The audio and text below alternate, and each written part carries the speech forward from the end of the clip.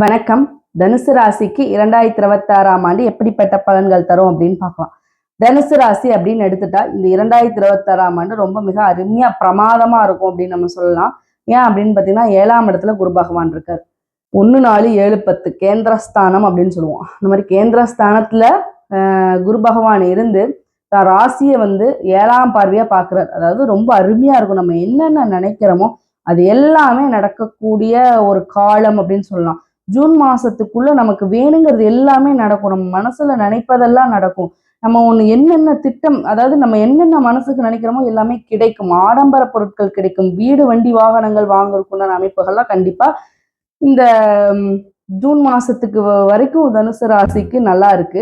அடுத்ததா பார்த்தீங்கன்னா 3ஆம் இடம் அப்படின்னு சொல்லக்கூடிய தைரிய வீரிய ஸ்தானம்னு சொல்லுவோம், முயற்சி ஸ்தானம்னு சொல்லுவோம், சகோதர ஸ்தானம்னு சொல்லுவோம். அந்த 3ஆம் இடத்துல ராகு பகவான் இருக்கிறனால உடன் பிறந்தவர்களிடம் சிக்கல், சண்டைகள், பிரச்சனைகள், ஒரு விதமான மனக்கசப்பு இதெல்லாம் நடக்கும். நம்ம வந்து பார்த்து ஜாக்கிரதையா ஹேண்டில் பண்றது நல்லது. அடுத்ததா பார்த்தீங்கன்னா 4ஆம் இடம் சுகஸ்தானம் அப்படின்னு சொல்லக்கூடிய 4ஆம் இடத்தில் சனி பகவான் இருக்கார். அதாவது அர்த்தாஷ்டம சனி அப்படின்னு சொல்லுவோம். இந்த சனி பகவான் 4ஆம் இடத்துல இருந்தா ஹெல்த் வைஸ் பார்த்துக்கணும். 9 ஏதோ ஒரு பிரச்சனைகள். 4ஆம் இடத்துல சனி பகவானும் இருக்காரு. அடுத்ததா பாத்தீங்கன்னா இந்த ஜூன் மாசத்துக்கு மேல 7ஆம் இடத்துல இருக்க குரு பகவான் 8ஆம் இடம் அஷ்டமஸ்தானத்துக்கு பயிற்சி ஆயிடுவார். அப்ப பாத்தீங்கன்னா ரெண்டுமே பாத்தீங்கன்னா ஹெல்த் வைஸ் அப்படிங்கிறது கவனம் வேணும். இடுப்பு எலும்பு, இடுப்பு முதுகு தண்டுவட பிரச்சனை இதெல்லாம் வருவதற்கு வாய்ப்பு இருக்கு. எலும்பு சம்பந்தப்பட்ட பிரச்சனை, கர்ப்பப்பை சம்பந்தப்பட்ட பிரச்சனை, ஆண்களா இருந்தா எலும்பு சம்பந்தப்பட்ட பிரச்சனைகள் இது எல்லாமே வருவதற்கு வாய்ப்பு இருக்கு. பார்த்து நம்ம ஜாக்கிரதையா இருந்துக்கணும்.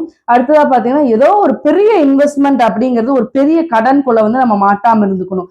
ஏன்னா இந்த ஒரு ஜூன் மாசம் வரைக்கும் குரு பயிற்சி நல்லா இருக்கு. அதுக்கப்புறம் பாத்தீங்கன்னா அஷ்டம குரு 8ஆம் இடத்தில் குரு அப்படிங்கறதுனால ஏதோ ஒரு பெரிய ஆடம்பர பொருளை வாங்க வச்சு அதை ஒரு கடன்ல தள்ளக்கூடிய ஒரு சூழ்நிலையெல்லாம் தனுசு ராசிக்காரர்களுக்கு வரும். கடன்ல மாட்டிக்கொள்ளாமல் இருப்பது மிக மிக நல்லது. தனுசு ராசிக்காரர்கள் அப்படின்னு எடுத்துட்டா ஆண்கள் அப்படின்னா எலும்பு சம்பந்தப்பட்ட பிரச்சனைகள் வருவதற்கு வாய்ப்பு இருக்கு. பெண்கள் அப்படின்னு எடுத்துட்டா கர்ப்பப்பை சம்பந்தப்பட்ட பிரச்சனைகள், முதுகு தண்டுவட பிரச்சனைகள் ஏற்பட வாய்ப்பு இருக்கு. அதனால பார்த்து ஜாக்கிரதையா இருந்துக்கணும். 2026ஆம் ஆண்டு தனுசு ராசிக்காரர்கள் அப்படின்னு எடுத்துட்டா சிவ வழிபாடு செய்வது ரொம்ப ஒரு அருமையான மாற்றத்தை எல்லாம் தருவதற்கு வாய்ப்புகள் இருக்கு. நன்றி.